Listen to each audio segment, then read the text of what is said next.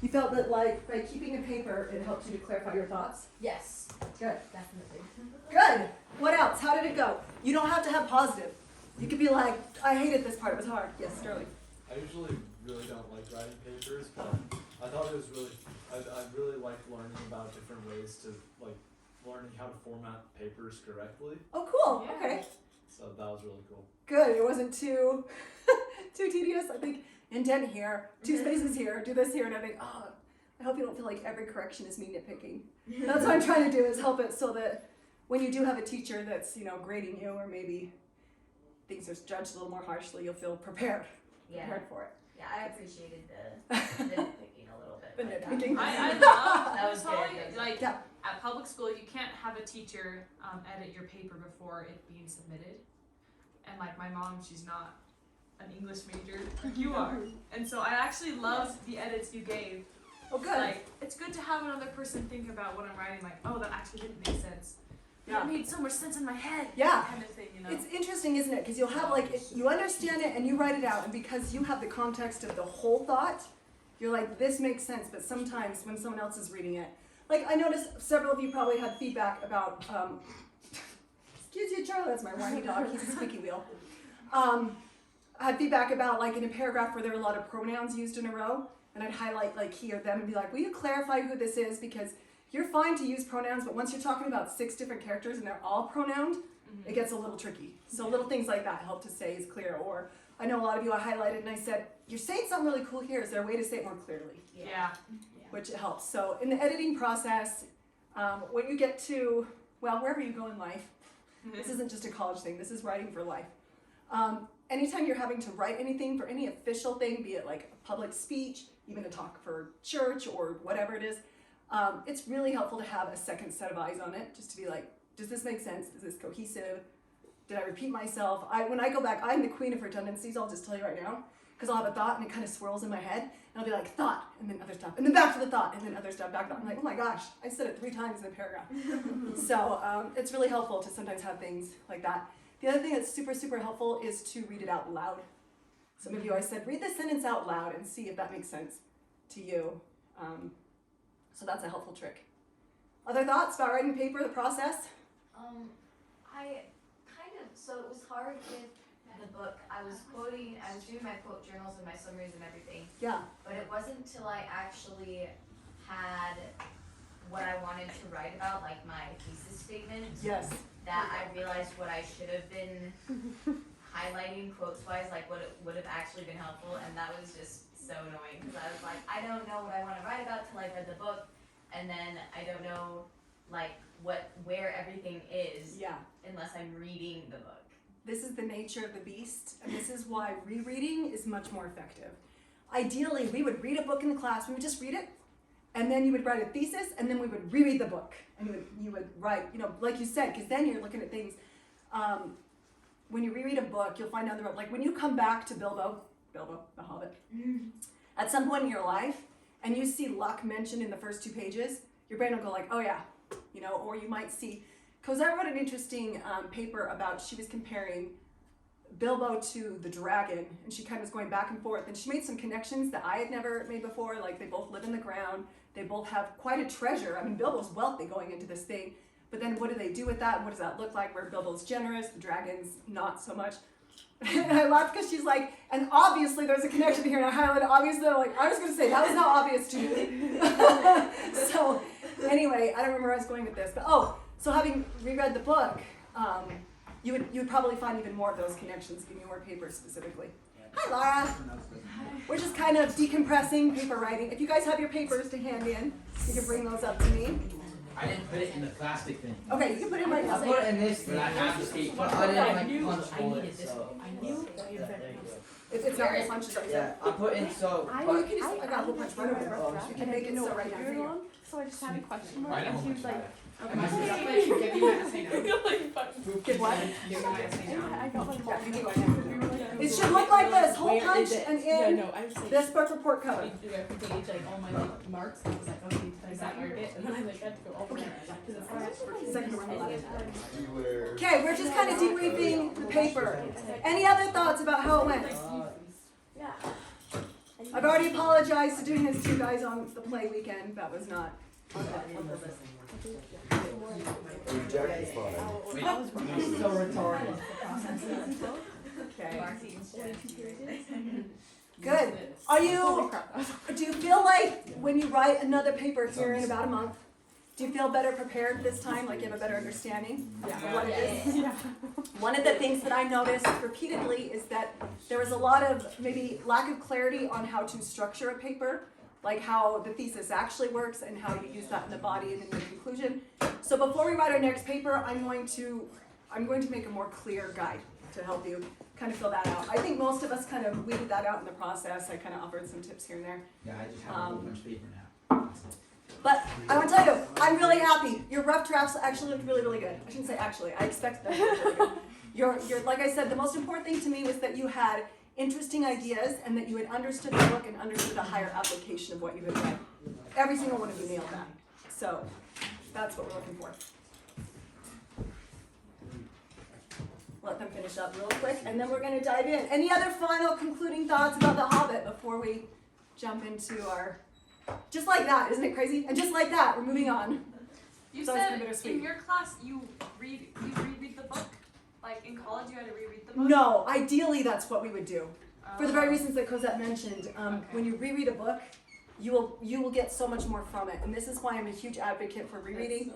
I think I've shared it before, but I will share it again. I think it's a great quote from C.S. Lewis, who says, "A person who's read many books only once is not a well-read person." Meaning that the first pass through, you can't get that much out of it. Or by the end of the book, you're just barely starting to understand what it's really about. Will you just excuse him to a room far away from that door? So our first one is my final draft, and then the last one's just. Oh, you put the rough draft together. Cool. Okay, perfect. That's great. Thank you. That's great. I forgot my plastic things. Oh, you're fine. We actually have extras if you want to grab one. That is another way. In the old school days, I would have to submit like a rough draft to the teacher, and she would pull out her red pen, which just feels very red and accusatory. And she'd mark the heck out of my paper. Oh yeah. I'd get it back, and then I'd change things. Which, as I got, okay, I'm going to date myself. As I got older, I didn't mind it so much, but when I was younger, I didn't have a computer. We got our first computer when I was in junior high. So when I was a kid, it was either handwritten, so I had to re-handwrite it, or straight up, it was a typewriter. I learned to type on a typewriter, not a computer. Yeah. I am just the youngest of the Gen Xers, and so the computer. I remember hearing about the internet for the very first time in 7th grade English class. My teacher told me about this crazy thing called the World Wide Web. I'd never heard of it before. And email. I'd never heard of email before either. And then the next year, we started having email. We had 2 computers in our class that we could use.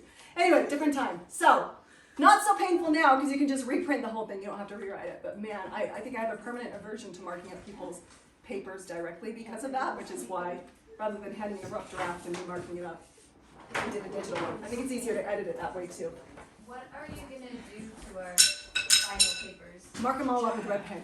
What did I do? No, I'm not going to touch them. I think that this represents, like, ideally your best work on this. I'm just going to, when I give you back your folders, there will be a paper, which is kind of my concluding remarks about everything. Exactly. You'll shift that way just a little bit, Jack. You can just shift your chair a little bit. No, you're not. Yeah. Just scoot over closer to the table and you'll be fine. Anyway, so you'll have kind of like and it'll just be an over, I won't nitpick small things, it'll be just like, overall, here's how it went. Here's what you did really well. Here's a couple things working on our next paper that we can look at. Does that make sense? Okay, any other questions? I'm super, super proud of you guys. Super, super proud of you. That was a tough thing to do, and it was a tough weekend to do it. And you guys did a great job. Yes? So are all the papers that we write for each book going to be 2 pages? Yeah, it'll be about that. I'm not going to require longer papers for this class, I decided. I went back and forth, but I think we are always better off to focus on content rather than quantity. So I would much rather have a short 1.5, 2-page paper, 5-paragraph essay, well written, than have you guys swimming in like 4 or 5 pages. And at that point, let's be honest, everybody starts just using filler paragraphs. Like, this doesn't really apply, but we're just going to fill it in. So here's my thesis. Here's 3 examples from the book that prove the thesis, and here's the conclusion about what I just wrote. Does that make sense? We're just going to really hone in on a sharp essay skill, and then if you go out and get into a world where you have to, for whatever reason, be it a class or something else, where you have to write a longer paper, your skills will be sharp, and they can apply to longer papers as well. Good question. Anything else? Okay, now back to this. Frankenstein by Mary Shelley. I'm very, very excited to start this book. It is painful to leave Tolkien behind. Like, I closed that book and I was like, I just kept thinking, we're going to read Mary Shelley next. It's okay, it's okay. Very, very different mood from where we've been. We have been on a beautiful journey.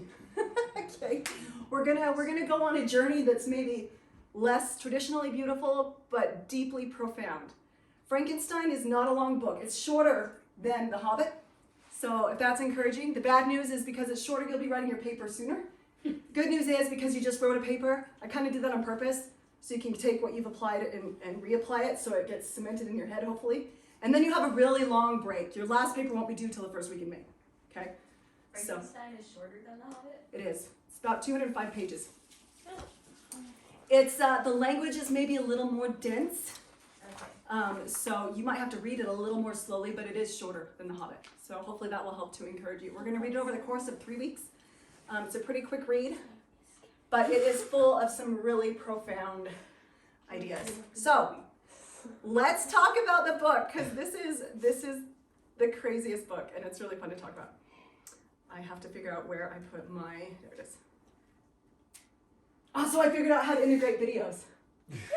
So I don't have to stop, pull the video over, look it up on YouTube, watch the ad.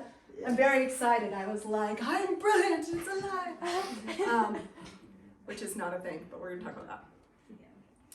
Okay, so Frankenstein by Mary Shelley. We have to start it out with a little bit of reference to the pop culture of Frankenstein, so that we know what to kind of like laugh about and kind of like, ha ha ha, everybody else thinks it's about that the rest of the time. So we're gonna start with the pop culture reference here. This is the most, probably what people think of the first time when you say Frankenstein. It's alive! Doesn't happen in the book. However, let's watch the many, many ways it's been used in pop culture. You might recognize some of these examples. Wait, they don't say it's alive in the book? No. Wait. Whoops. Go back. Nope, go back. I'm so smart, except for now I'm not. I'm not impatient. That's my great You have to flaw. press the button. No, I gotta find the mouse first. The mouse is on. Yeah, go push it. So when I press spacebar, it goes back. How about enter? No? Okay. Let me find my mouse. Hang on. Oh, there it is. I touched it. It was ready to go, and then I touched it. That was a mistake. Okay. Okay, it just sits here for a second. I should have looked at that. That's what threw me. And the sound works.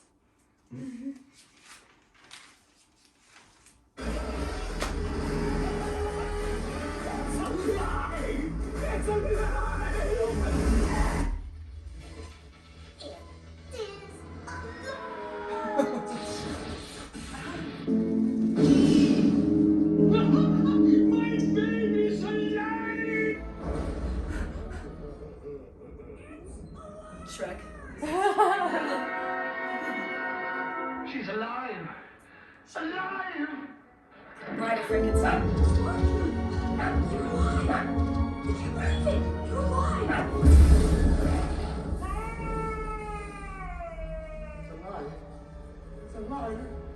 It's alive!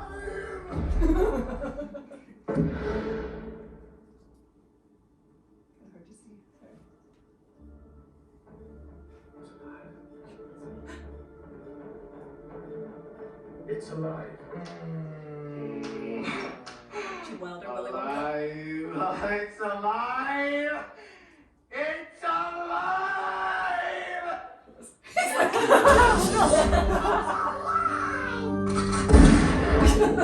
alive!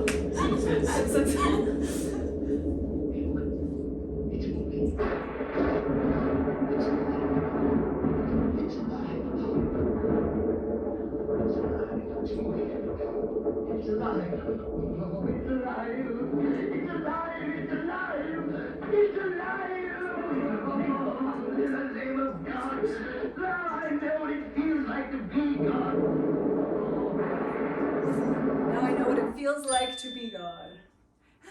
Okay, interesting take on it. All right, so let's talk about pop culture versus the novel, because we got that out of our system now. That is not at all what we're about to read, okay? Some of the differences. There is no green monster with the bolts. That is not how this works at all. Frankenstein is not the monster. I think most of you probably know that by now. Frankenstein is the scientist who creates the creature, which Mary Shelley just calls the monster. He gets no name, which is part of, you could analyze that by itself, okay? So the monster has no name.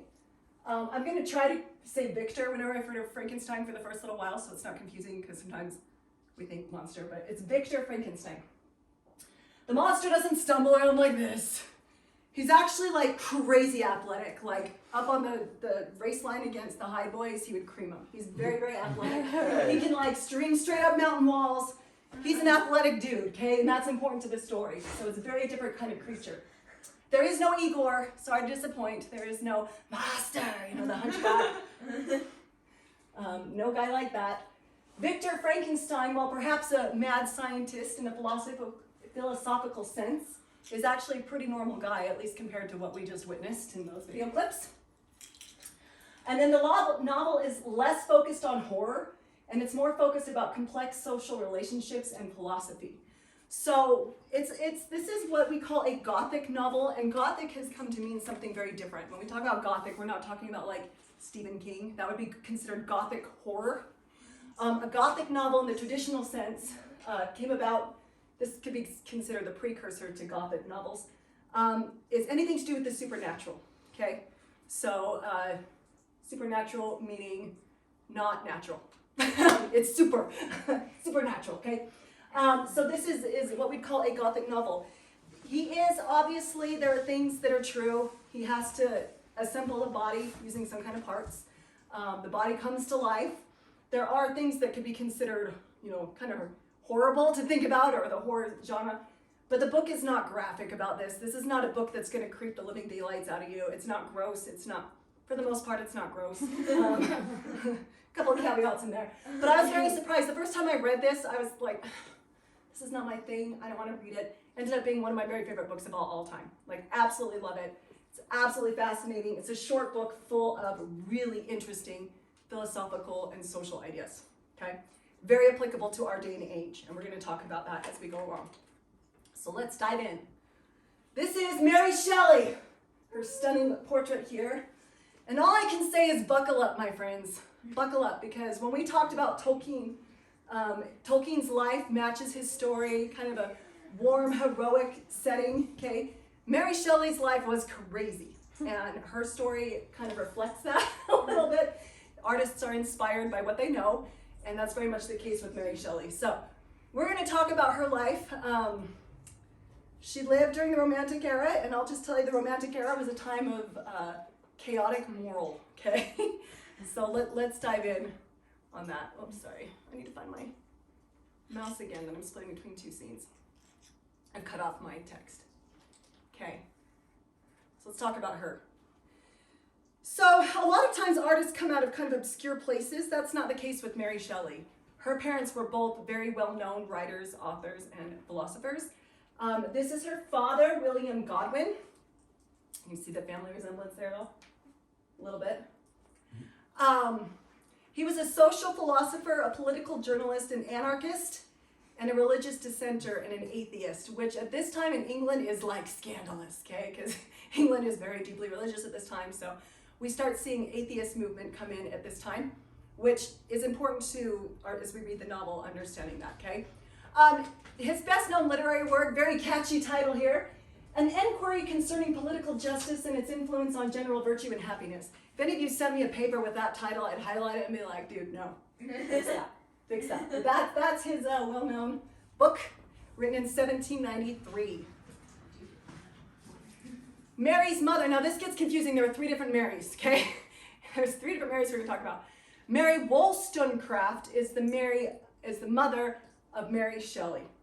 My middle name's Mary. This gets very confusing very fast, okay? Mary Wollstonecraft is perhaps in some ways even better known than William Godwin. I would say definitely she's better known. She's a writer, and she was a passionate advocate for women's rights. At the time, women weren't allowed to get an education, for example. So she wrote a very long and wordy paper called A Vindication of the Rights of Women, which was her saying, hey, it's good for society for women to be educated, and it's good for society for women to have like the same social standing as men. Very shocking idea at its time, the very beginning grassroots of feminism in a traditional sense.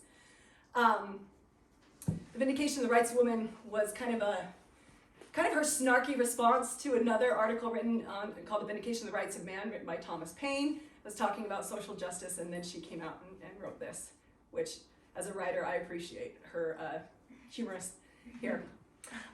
She traveled to France during the French Revolution, and there she gave birth to a daughter named Fanny. Now, I'm going to tell you something. A lot of people, a lot of kids happening, not a lot of marriage happening at this time, okay? So she gave birth to this daughter named Fanny. After a time, that relationship disintegrated. She wasn't married. And so then she ended up meeting William Godwin. She got pregnant with Mary Shelley, and then they ended up getting married, which kind of cracks me up. William Godwin was a very big believer in free love. It's a big movement at the time, the belief that you don't need to get married kind of thing. And William Godwin was like championing that at the top until he was going to have a daughter. And then he was like, oh, wait, no, not my daughter. We have to get married. So the irony is not lost to me. So Mary, she ended up marrying William Godwin, gave birth to Mary Shelley, and then died only 11 days later. Now that's an important detail from Mary Shelley's life. You can imagine it affected her deeply that she lost her mother at a young age, never knew her. And we're going to see kind of this reflection of tragic birth come up in Frankenstein, okay? Now, second wife comes along 4 years later, named Mary Jane Clairmont, okay? So marry the mother, marry the daughter, marry the stepmother. So we'll call her Clairmont, okay? Mary Clairmont was not a warm, friendly person. In fact, neither was Mary Shelley's father. He was a very stern, harsh father. And then he married this woman whom Mary would later write, she was a woman I shudder to think of. So maybe not the great relationship. So Clairmont brought 2 children into the marriage, Charles and Claire, and then Fanny, who was Mary's half-sister from her mother who died, found a way to get along with Clairmont, but Mary and her stepmother struggled. Fanny, by the way, poor Fanny, so she's not William Godwin's daughter. She's Mary Wollstonecraft's daughter, so stepdaughter to William Godwin. William was really hard on her. He would often refer to Mary as like the superior child and be like, oh, she's so much more beautiful and she's much more smart, and this other child of my first wife is stupid and not. He was very hard on Fanny, so it was not a happy household per se. It was, however, a household that brought in a lot of philosophers, artists, scientists, those kinds of things. They would have, back then there's not TV or stuff, so you'd invite people over to your house and you'd have social evenings. And a lot of really interesting people came by. One of those people that we want to note is a poet named Samuel Taylor Coleridge.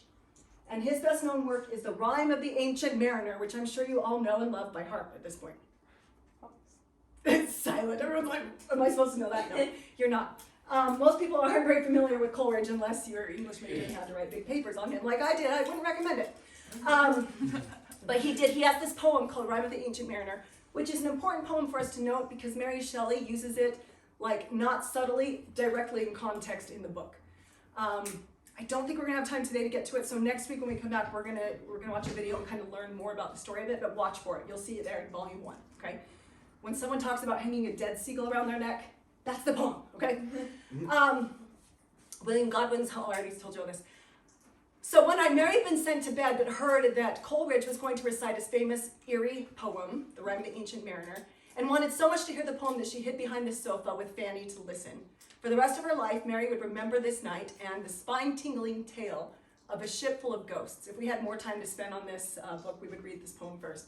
It takes like 30 minutes to read. Ian McKellen has done a recording of it. It's delightful, but you don't have to listen to it. We'll cover you. And then you'll see this poem referenced in volume 1, and we'll talk about it more next week. But just know it exists, okay? All right, another person, sorry, did I switch too fast, Savannah? Sorry. I was like, no pictures in here. You can take a picture of that. Yeah. Okay, so another person who kind of came through in all of these social gatherings that they had was another poet by the name of Percy Bysshe Shelley. There he is, the handsome fellow. He was a romantic poet, not meaning that he wrote about romance, but the romantic era, which, let's pause and talk about the romantic era. Before this time, we had the Enlightenment, which most people are more familiar with. We had kind of the Dark Ages in Europe, and then we had the Enlightenment, where technology was being advanced more rapidly, and people relied on logic and facts for information. Well, the pendulum kind of has a tendency to swing, and the next group that came along went really far the other way, from kind of objective, scientific, logical truth to subjective, emotional truth, okay? Those are two important themes in the book. So let's talk about it a little bit. Objective truth we know is truth that's truth, right? The sun rises, that is truth. Emotional truth might be like, the sun is beautiful, therefore it is good. You know what I mean? There's kind of a difference. So the Romantic era is kind of a focus on more of this subjective truth, and there's a big focus on nature, emotion, and feeling. You're going to see this reflected in the book, okay? So Percy Shelley is a romantic in that sense, with a capital R, poet. He's also political and social, radical and atheist. And I just added this as my own detail. He's a general cad, okay? He is a womanizer. He is not the kind of person that you want your daughter going out with. He is probably best known for his poems. Some of you, I know, hi boys, we've read this. Some of you might be familiar with the poem Ozymandias, which is a reference to Ramses II, the Egyptian pharaoh.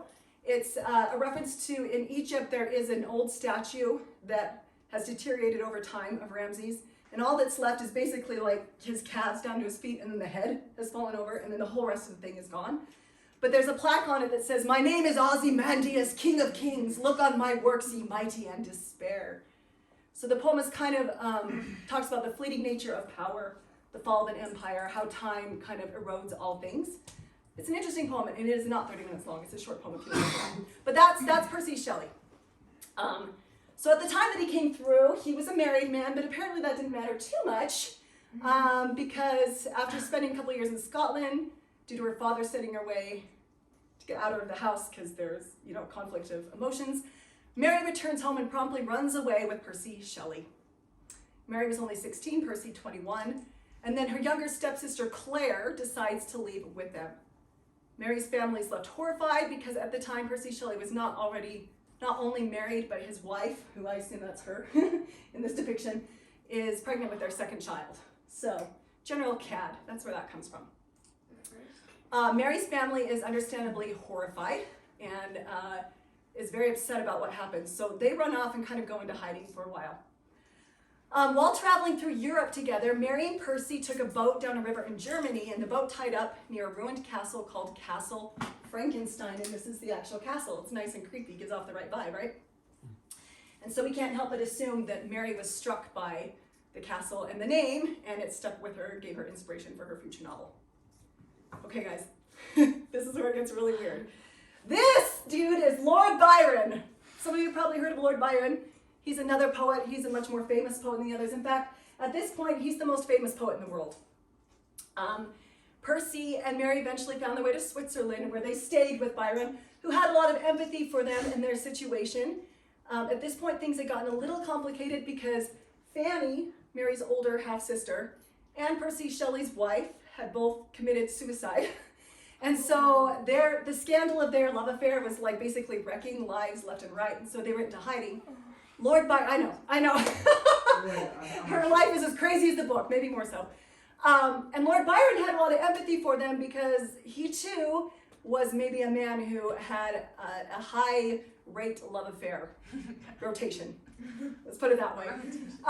Which is to the point when they arrived, it was Mary and Percy, and Lord Byron almost immediately took up with Claire, Mary's sister, and they started their own love affair. So, this is the Romantic era. Just know that everyone was with everyone, and free love, and that's how it went. Especially amid these artistic types, okay? I promise that's not what Frankenstein is about, okay? I just want you to know, Mary Shelley's life was crazy, and she has some things to say about it in her book, okay? Let's see, so Lord Byron, he's probably best known for, some of you may be familiar with Don Juan de Marco. It's a story about a man, much like Lord Byron, a Spaniard who is famous for wooing women left and right. And Lord Byron wrote a poem on him called Don Juan that portrays Don Juan not as the villain, but as a victim who was easily seduced by women. So this is the kind of guy that we have. Lord Byron. Okay. That wasn't crazy enough. During this time, the summer of 1815, there was a huge volcanic eruption in Indonesia, at Mount Tambora. It was a massive disaster and had devastating effects across Europe, with ash falls and weather disruptions that followed. And it was called the Year Without a Summer, and was filled with cold, rain, and storms, which led to crop disruption, famine, and disease. So this is a weird and eerie summer all around, and they're in hiding with Lord Byron, okay? So this illustration is so great. This comes out of a picture book about Mary Shelley that I love. So this is the night kind of where it all begins. During that summer, the group found themselves often trapped indoors due to all of this ashfall. And on an especially dark and stormy night, the group sat around with an addition, a doctor named John Polidori, and we're going to come back to him. He's actually important. And they were wondering what to do with themselves. Well, if you have a whole bunch of writers locked in the house, what do you think they do?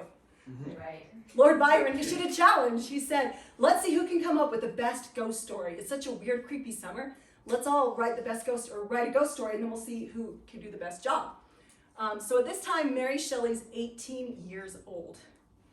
And it helps that John Polidori, who's a doctor, also happens to love to write. So there you go. All three men began on their stories right away. Days go by and Mary is stumped on the idea. After a while, Byron and Shelley got bored with the exercise and started going back to other things. Although the doctor continues, and we'll come back to that. One evening, Mary was listening as Byron and Shelley discussed some new discoveries in science. It had recently been found that using electrical currents, scientists could get the muscles of a dead frog to twitch. They wondered if that meant that if it was done in just the right way, this could bring a dead creature to life. This is a very common scientific study at the time, as people were trying to figure out, is there a way to do something like that? Mary went to bed that night thinking about what they had said, and she records that in the night between the stages of wake and sleep, she had a horrible sort of daydream. She says, I wasn't asleep, it wasn't a dream, but I wasn't fully awake, somewhere in between, where she saw a hideous monster made from a dead body coming to life. The scientist who created the monster was so scared of what he created that he ran away. And this is where Mary Shelley's thing is born. If you ever are interested in writing, by the way, I have heard a lot of interesting stories about people keeping like dream journals, dream diaries, and how it can create really interesting fodder for story writing. So this is where it began. While perhaps not a ghost story in the traditional sense, Mary knew that she'd found her idea. The next morning she sat down to write the words. It was on a dreary night of November, and Frankenstein was begun. There she is. I just think these illustrations are so perfect for the mood. Okay, and you'll notice, by the way, it was on a dreamy night of November that I beheld the accomplishment of my toils. Is that on page 1? No.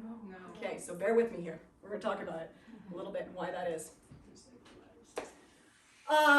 Just to finish out this story, Mary Shelley spent 9 months writing her book, and it took some time after that for the book to be published. First 2 publishers said no, third publisher picked it up. That's actually a pretty good success rate. When the book first came to the market, most people assumed that it was written by Percy Shelley, who was a well-known author at the time, not by some 18-year-old girl, because who is this girl? Marry him to get his last name? We'll get there. Oh, okay. I mean, spoiler alert, yeah. Spoiler alert, yes. So how could a woman write such a ghastly tale, let alone a woman who was only 18 years old? Maybe if you can understand her backstory a little bit, you can understand why. So this is actually a copy of the first publication. That was the cover, which seems like a strange cover, except for, we're going to talk about this in a minute, you might notice Frankenstein, or subtitle, The Modern Prometheus. So this would be a reference to Prometheus, okay? Now, remember Dr. Polidori? Yes. So Frankenstein wasn't the only Gothic novel to come out of that fateful night. The Doctor published a story in 1819 which he called The Vampire. This was the first major vampire story at the time. And in 1897, so like 80-ish years later, when Bram Stoker published his book Dracula, he would credit Polidori's story for being his inspiration. So you could argue that both Frankenstein and Dracula came out of this fateful night. Lord Byron contributed something great to the world, if nothing else. So, as Laura asked, after the death of his wife, Percy and Mary were married, but unfortunately not long after, Percy died in 1822 when his boat sank off the coast of Italy. He was returning from visiting some friends, including Lord Byron and another poet named James Hunt. His body was found and cremated, but there was an oddity that's kind of gone down in infamy, And that is that when they burned his body, they found that his heart didn't burn. Mary Shelley took the heart home, wrapped it up in some of his poetry, kept it in her desk for the rest of his life. When she died, her children found it there. There may be some poetic, like, why didn't his heart burn? The best guess, scientific guess, is that he had contracted tuberculosis a few years before and that it may have calcified his heart a little bit. Some people also suggest that it may have been his liver, but the heart thing is more poetic, and since he was a poet, we're going to run with that, okay? But it's an interesting thing. Kind of a gothic end to a gothic relationship. Okay, so like I said, Mary Shelley first published her book in 1818. Then Percy Shelley dies, and she continues to revise her book and puts out the final revision in 1831. The book that we are reading is the 1831 publication, okay? But you should know that there are both books, just like we talked about how Tolkien went back and revised The Hobbit after he wrote Lord of the Rings to make some pretty significant and important changes about, like, Gollum, the happy-go-lucky guy who gifted Bilbo a ring for winning the riddle contest. That's not quite where he landed, right? So I like to think of that a little bit and respect Mary Shelley's choice to change and alter her book. But there are differences, and unlike Tolkien, they're both in print. You can read both the 1818 version and the 1831. In fact, this is the exact same publisher as the book that we're going to read, but this is the 1818 version, which the cover might be a little more helpful, but we'll get there. Okay. So some of the things that changed, just because it's interesting to note, I haven't actually read the 1818. I did listen to a 4-hour podcast about the 1818 version, so I feel like I know a little bit about it. Things that changed is the 1818 version emphasizes Frankenstein's victors, free will and agency. And the 1831 version, you will notice, paints him more as a tragic figure at the mercy of fate and destiny. And I'm having such an emotional reaction to Victor Frankenstein's, like, feelings about fate and destiny that we'll get there. So pay attention to that while you read, because I need to talk about it if no one else does.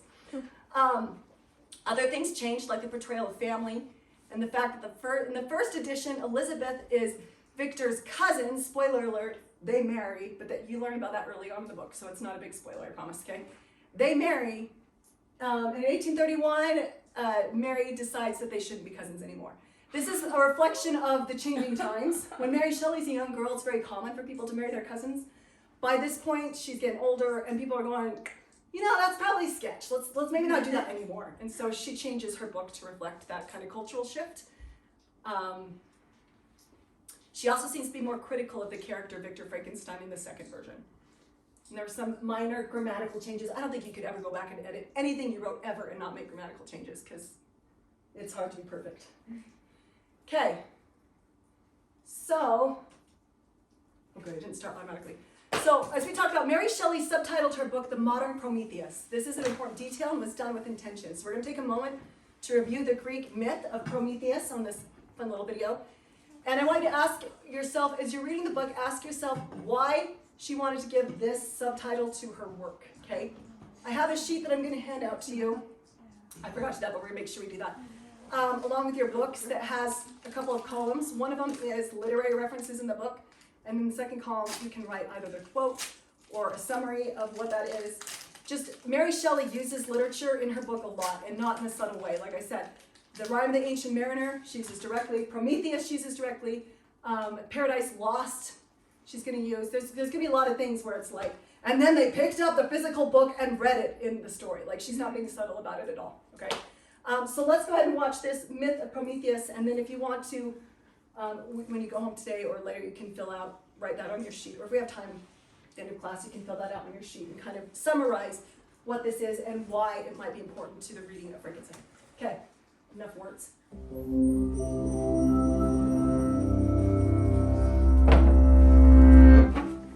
Before the creation of humanity, the Greek gods won a great battle against a race of giants called the Titans. Most Titans were destroyed or driven to the eternal hell of Tartarus.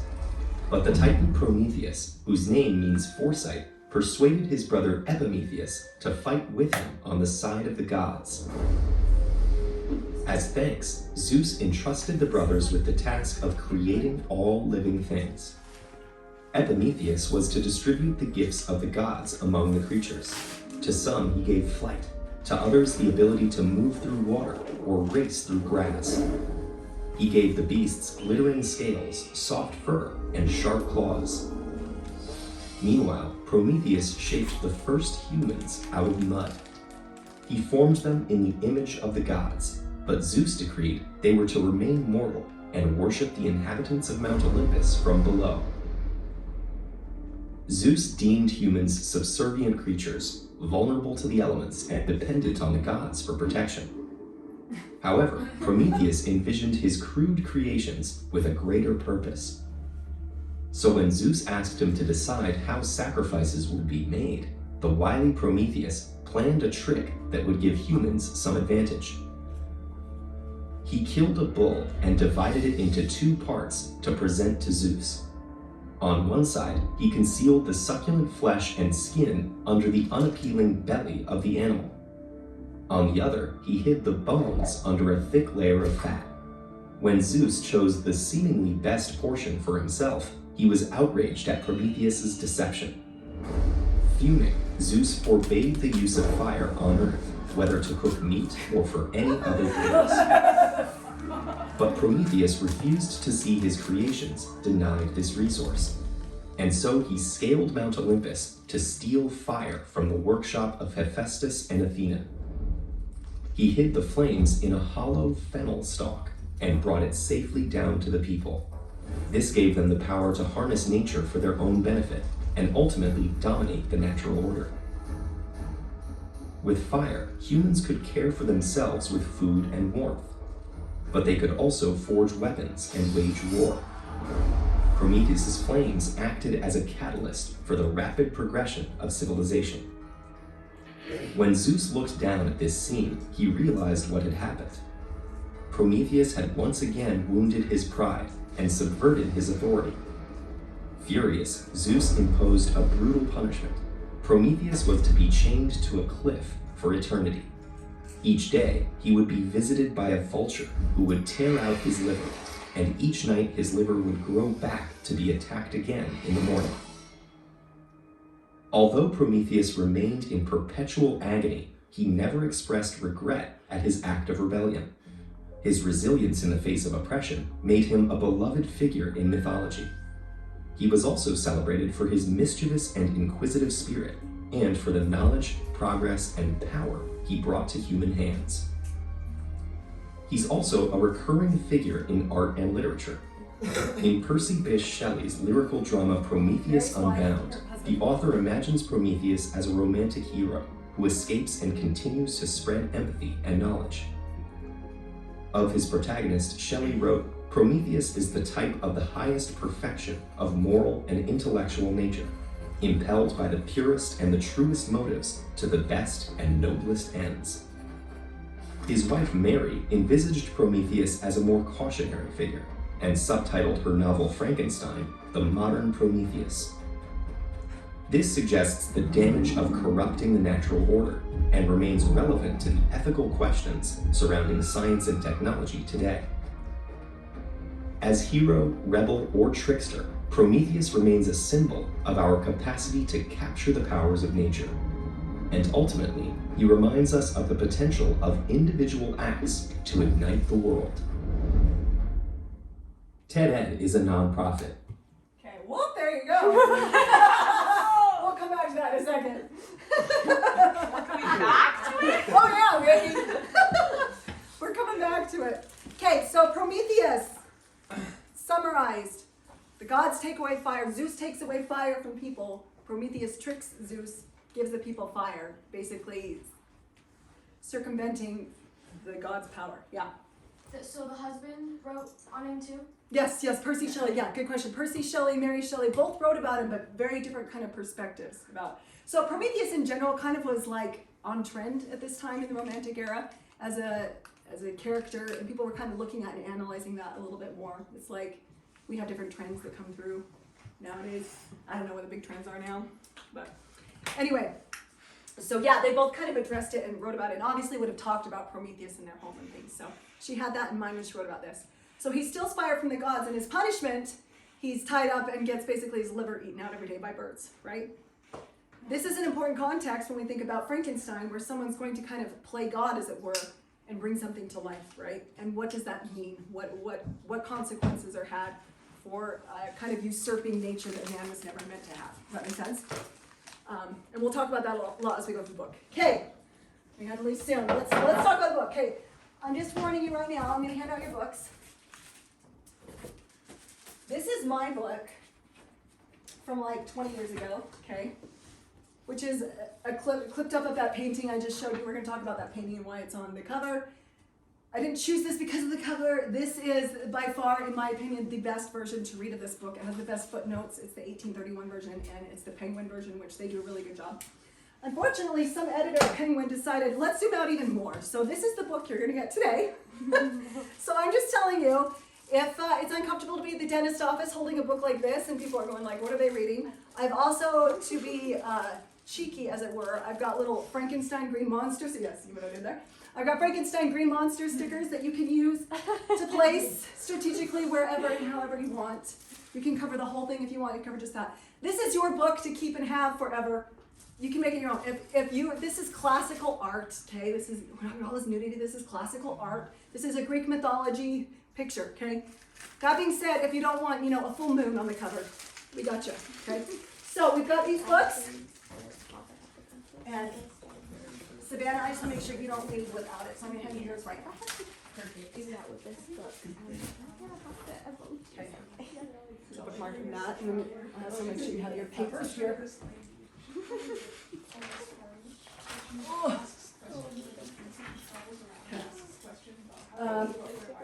Okay, so I'm handing out 3 papers. I'm going to skip ahead a little bit and then come back because Amanda's got to head out. Ladies, listen up. 3 papers that you're getting. I am getting rid of doing your chapter summaries. Please keep doing that in your book for your own sake, but I'm not going to require you to write in your book and then write it again. It's too tedious. We're not doing that twice. But I do have some other things in here. So I have the one that's got kind of a sheet that can help you track the literature used in Frankenstein. I also have a compare and contrast sheet. One column is for Victor Frankenstein, one column is for the monster. Very interesting to compare those 2 characters with the question of what makes a monster, what makes a man. Okay? So when you see characteristics that you can compare and contrast, I drop them into that sheet. You're good to go. That will allow you to be able to analyze that question, and it might be what you end up writing your paper on. It might not. Okay, so let's gird up. I want to talk about this painting. This is the full thing, okay? Again, this is classical art, okay? This is a painting called The Wounded Philoctetes by Nikolai, I don't know how to say his name, Abelgard. Probably the best. And is often used as a reference to Frankenstein because it depicts the Greek mythological figure, Philoctetes, who was abandoned and left on an island due to a festering snakebite wound. This takes place as the Greeks are headed to the Trojan War. They're headed to go get, Helena.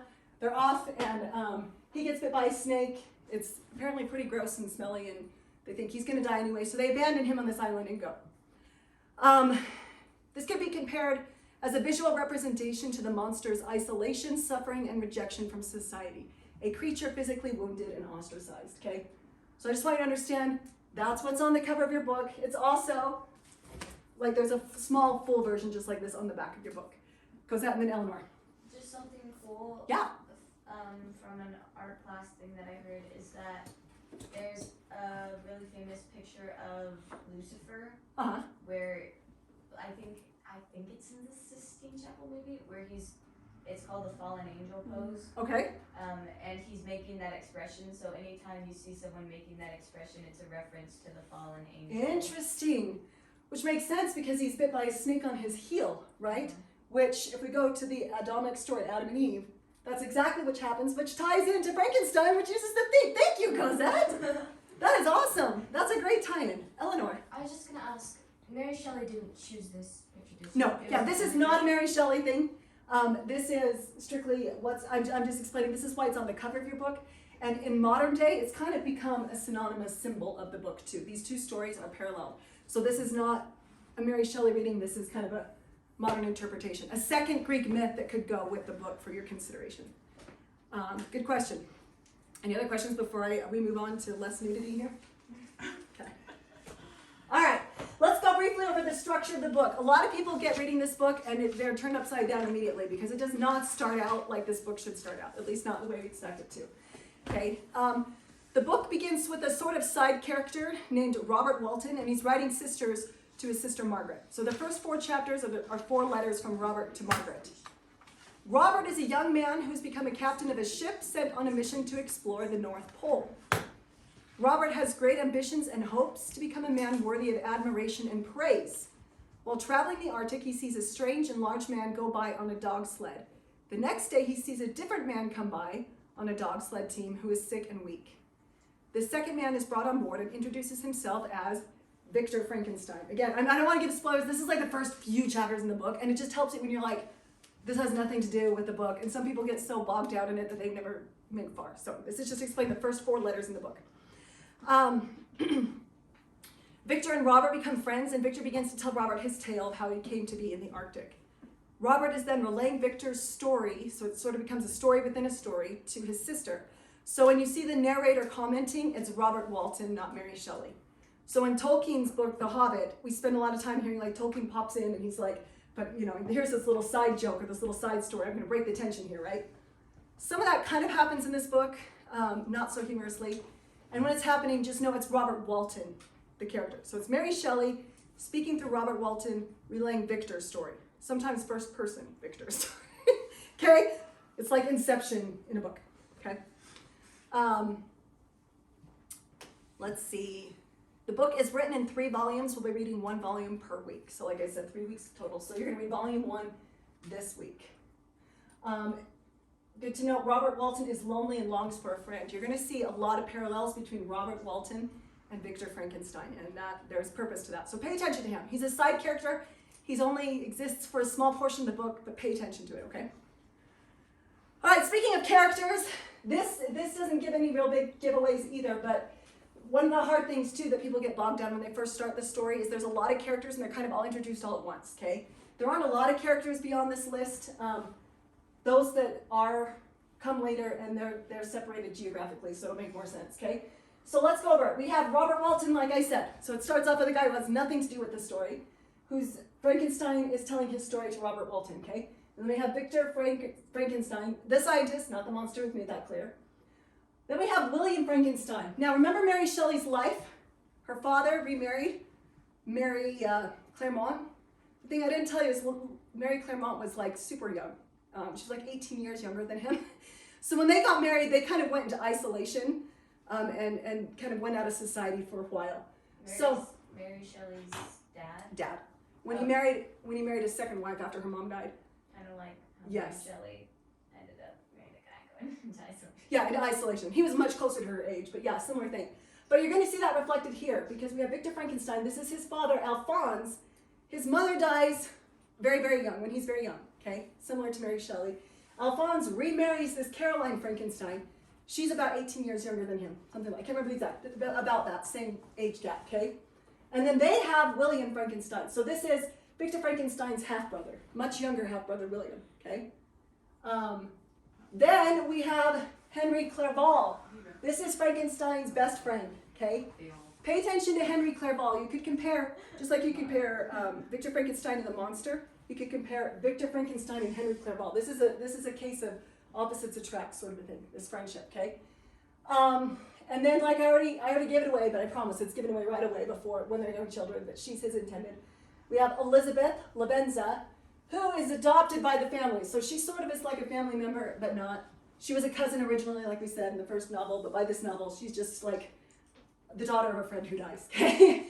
So she comes in, and that's Victor's intended. And then we have Justine Moritz, who is, she's like a family friend. She's sort of a family servant who comes in and helps to take care of William and those kinds of things. She kind of pops in and out, okay? If you just kind of have a roadmap of this is who they're talking about, they introduce them very, like I said, Mary Shelley introduces them very rapidly, and sometimes it gets really confusing, especially like Caroline, Justine. It goes straight to first names. You just want to know who it is, okay?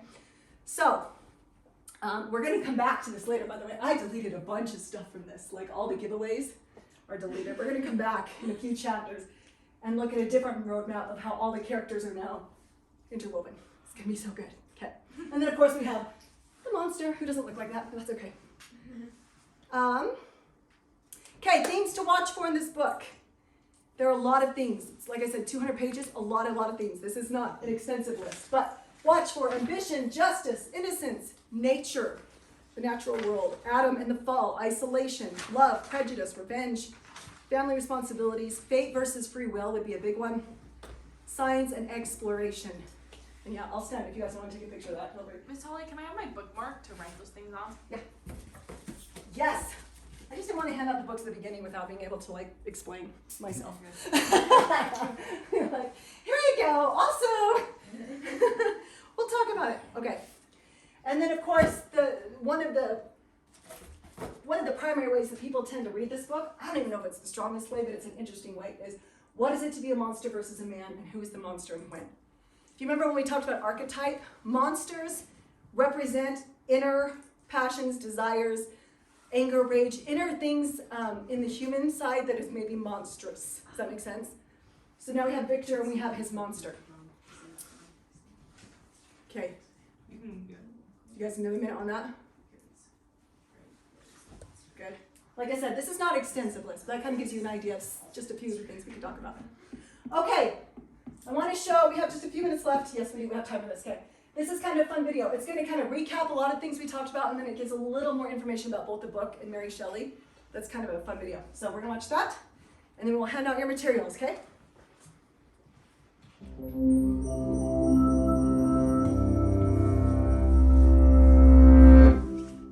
In 1815, the eruption of Mount Tambora plunged parts of the world into darkness and marked a gloomy period that came to be known as the Year Without a Summer.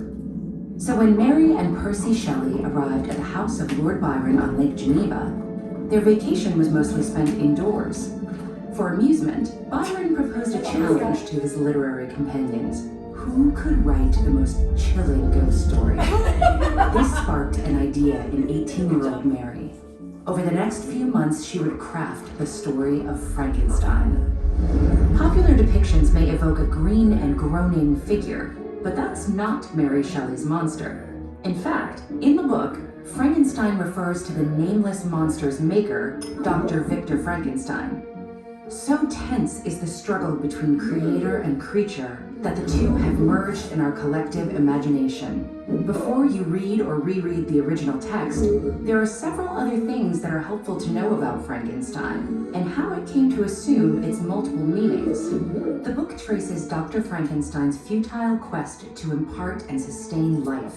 He constructs his monster part by part from dead matter and electrifies it into conscious being. Upon completing the experiment, however, he's horrified at the result and flees. But time and space aren't enough to banish the abandoned monster, and the plot turns on a chilling chase between the two. Shelley subtitled her fireside ghost story, The Modern Prometheus. That's in reference to the Greek myth of the Titan Prometheus, who stole fire from the gods and gave it to humanity. This gave humanity knowledge and power, but for tampering with the status quo, Prometheus was chained to a rock and eaten by vultures for eternity. Prometheus enjoyed a resurgence in the literature of the Romantic period during the 18th century. Mary was a prominent Romantic and shared the movement's appreciation for nature, emotion, and the purity of art. 2 years after Mary released Frankenstein, Percy reimagined the plight of Prometheus in his lyrical drama Prometheus Unbound. The Romantics used these mythical references to signal the purity of the ancient world in contrast to modernity. They typically regarded science with suspicion, and Frankenstein is one of the first cautionary tales about artificial intelligence. For Shelley, the terror was not supernatural, but born in a lab. In addition, Gothic devices infuse the text. The Gothic genre is characterized by unease, eerie settings, the grotesque, and the fear of oblivion, all elements that can be seen in Frankenstein. But this horror had roots in personal trauma as well. The text is filled with references to Shelley's own circumstances. Born in 1797, Mary was the child of William Godwin and Mary Wollstonecraft. Both were radical intellectual figures, and her mother's book, A Vindication of the Rights of Women, is a key feminist text. Tragically, she died as a result of complications from Mary's birth. Mary was haunted by her mother's death and later experienced her own problems with childbirth. She became pregnant following her elopement with Percy at 16, but the baby died shortly after birth. Out of 4 more pregnancies, only 1 of their children survived. Some critics have linked this tragedy to the themes explored in Frankenstein. Shelley depicts birth as both creative and destructive, and the monster becomes a disfigured mirror of the natural cycle of life. The monster, therefore, embodies Dr. Frankenstein's corruption of nature in the quest for glory. This constitutes his fatal flaw, or hamartia. His god complex is most clear in the line, "Life and death appeared to me ideal bounds, which I should first break through and pour a torrent of light onto our dark world." Although he accomplishes something awe-inspiring, he is played with fire at his own ethical expense. And that decision echoes throughout the novel, which is full of references to fire and imagery that contrasts light and dark. These moments suggest not only the spark of Prometheus's fire, but the power of radical ideas to expose darker areas of life.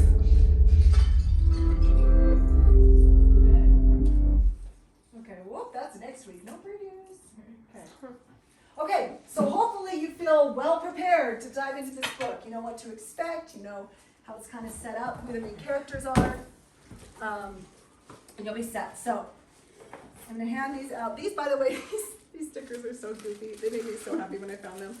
They're like the most, no 2 sheets are the same, I don't think. And they're so random. Like you have Frankenstein and his wife there with a little heart. They're so sweet. Some of them are like cute and smiley. Some of them are more, yeah, Frankenstein is the ice cream cone. Anyway, they're just goofy.